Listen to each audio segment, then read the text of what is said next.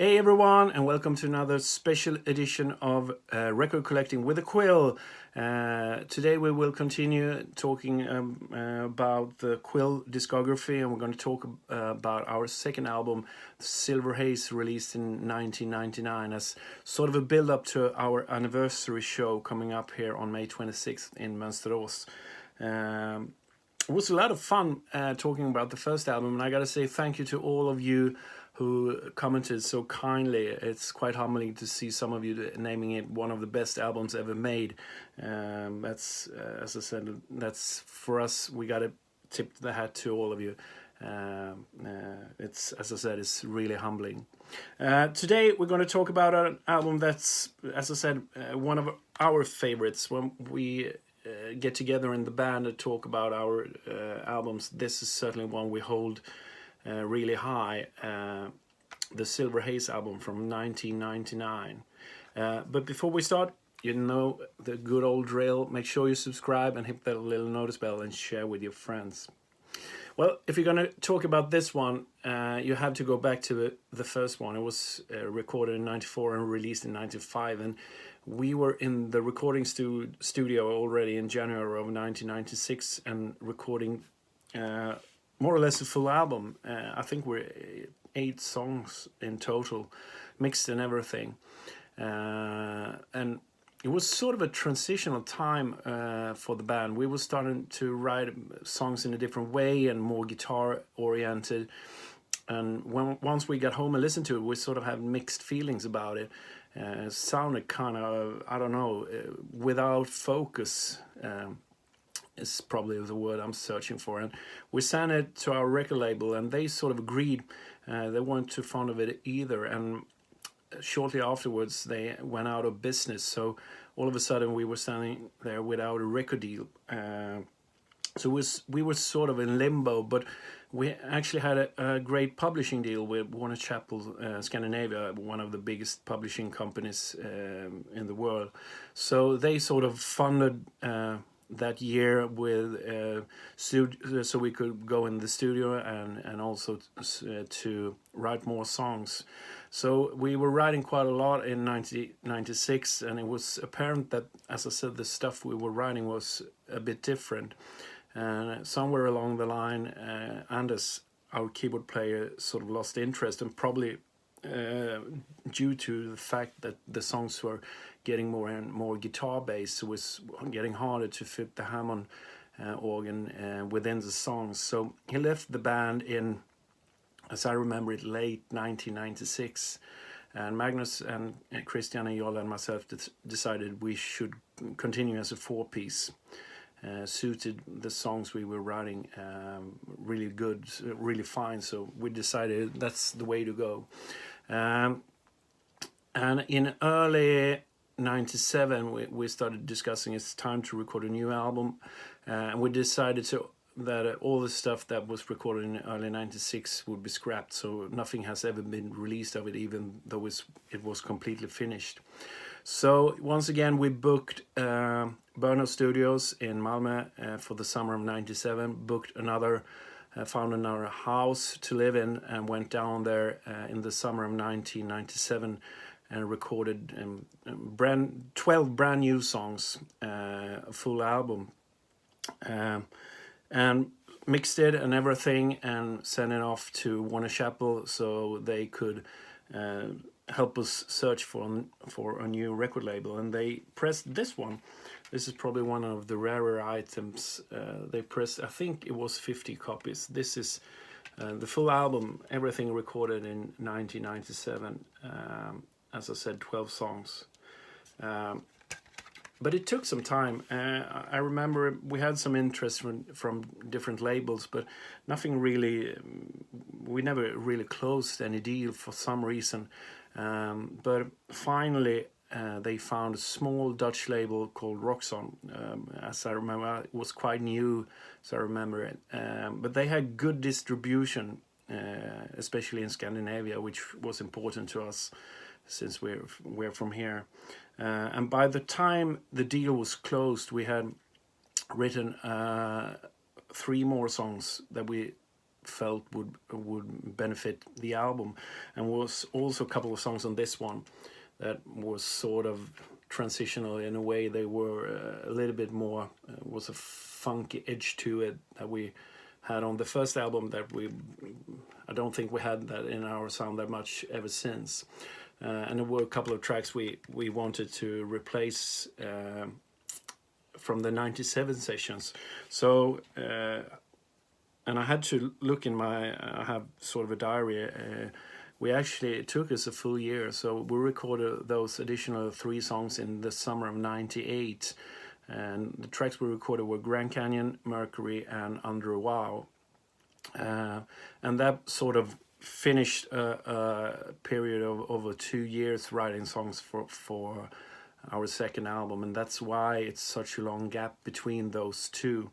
And it was released finally in early 1999 as Silver Haze. And as I said, I think we took off, it's 4 songs on this one that didn't make the final album. It's Sparrow, it's Unbroken, it's for some reason the title track. The album is called Silver Haze, but the track Silver Haze is not on the album, but it was on the first sessions, and also a track called Where Love Light Shines. And we added from the 98 sessions those 3 other songs. And when you look at it, it looks kind of weird. And the original idea was to have it as a digipack. It was supposed to fold out like this. But for some reason, it's one of those usual sort of record label screw-ups or something. Something happened along the way, so it came like this instead. But I think it's rather nice. I think it's just a photo. We took it as someplace outside our hometown in some field or something. And this album, compared to the first one, well, this is a lot heavier, and we had a great time recording this. We recorded everything. Christian, Jolle, and me recorded everything live. All the basic tracks are us 3 live, no overdubs whatsoever. And it's in that way it's rather different from the first album. There's just some extra guitar solos and stuff, but it's really basic. It's really down to earth, and the sound Berno got for us is something we're always sort of striving for. Whenever we make a new album, this is the one we sort of listen back to for a reference. And I think there's some really strong tracks on this one as well.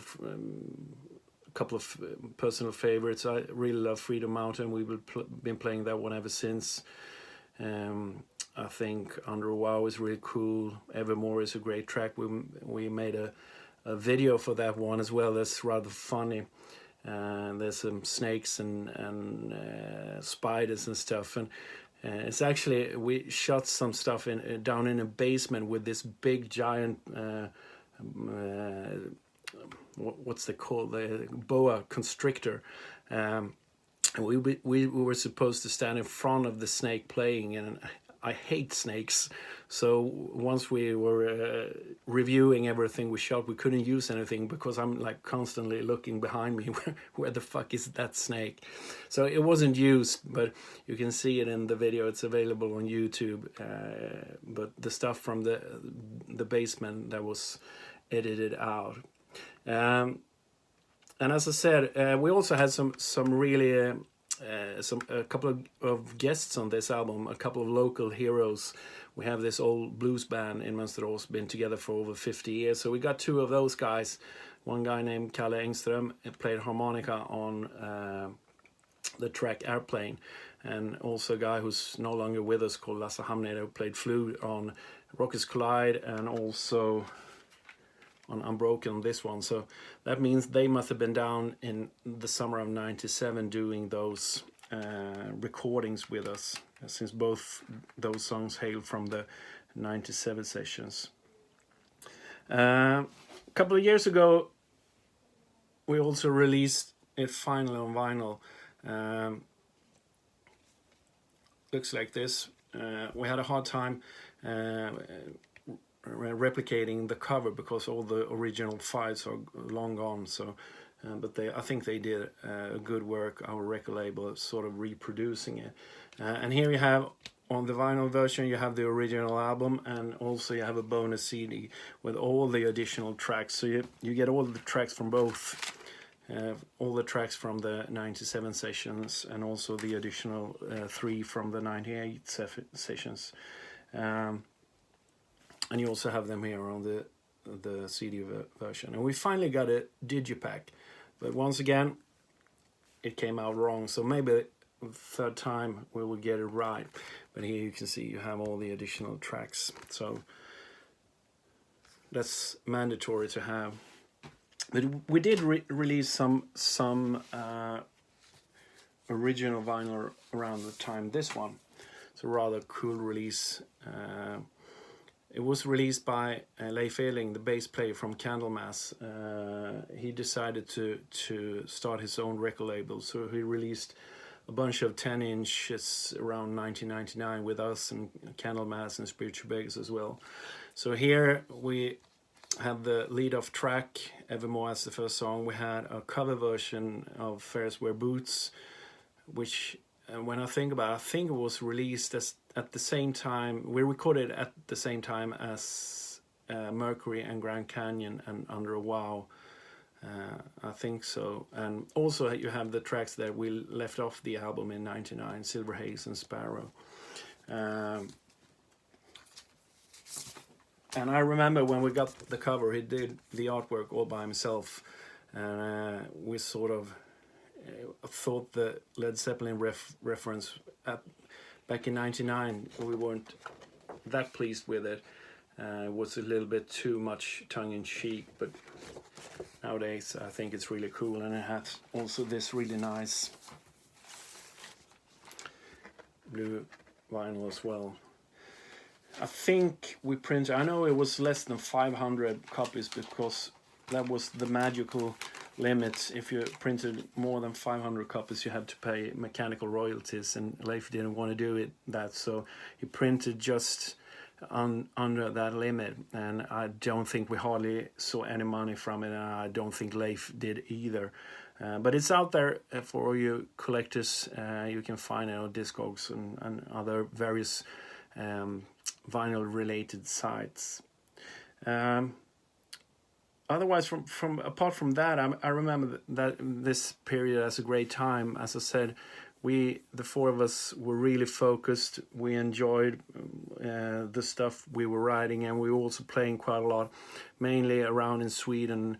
But we also did our first shows outside of Sweden around this time period. We went to Denmark and Netherlands and Germany for the first time as well. So it was great times. The album, as I said, the record label was quite small.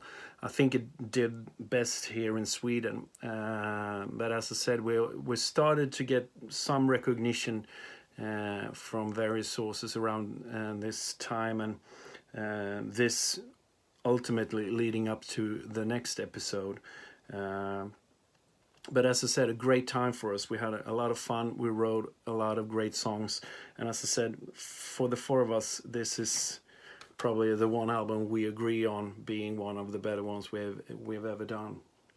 Well, now I've been rambling again. Now I want to hear, what are your favorite tracks of this album? Let me know in the comment section. And what do you think about the album in general? We love to hear your opinion. So please post your opinion, and I'll try to comment as soon as possible.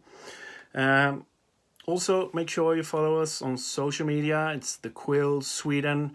Yesterday we went